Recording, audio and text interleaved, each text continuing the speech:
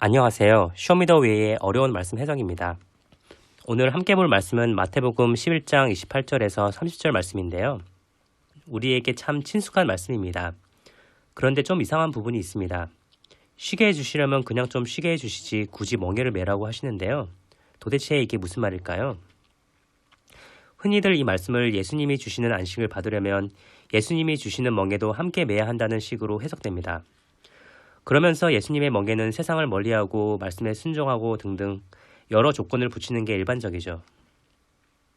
그럼 과연 오늘 말씀이 그런 뜻일까요? 함께 보시죠. 오늘 말씀을 해석하는 데 핵심은 안식의 대상이 두 가지라는 것을 파악하는 데 있습니다.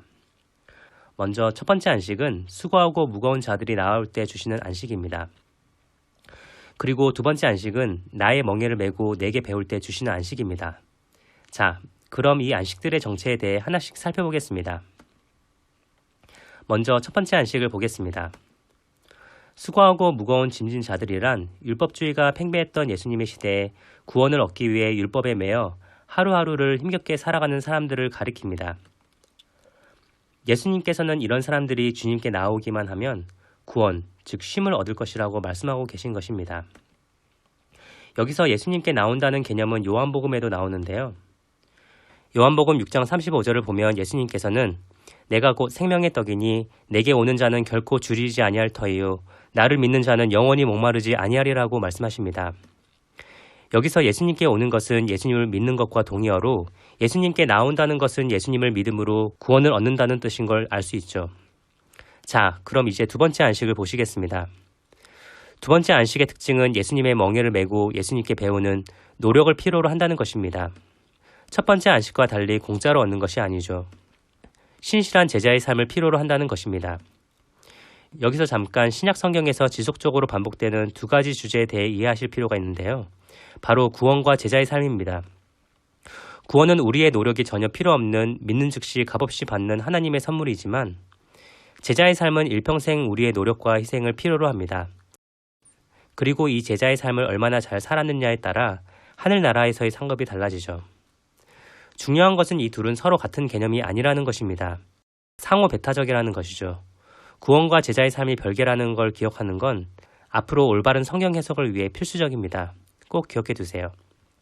아무튼 오늘 나오는 두 가지 안식도 여기에 해당됩니다. 먼저 수고하고 무거운 짐진 자들이 받는 안식은 구원과 연결돼 있고요.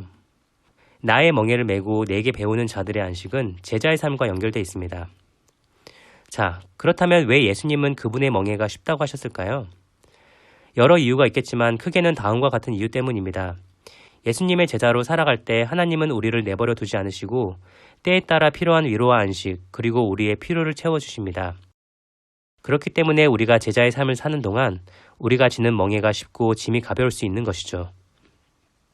무엇보다 우리는 제자의 삶의 끝에 하늘의 상급을 주신다는 것을 알기 때문에 지치지 않고 제자의 길을 걸을 수 있습니다. 자, 이제 오늘의 말씀을 요약하겠습니다.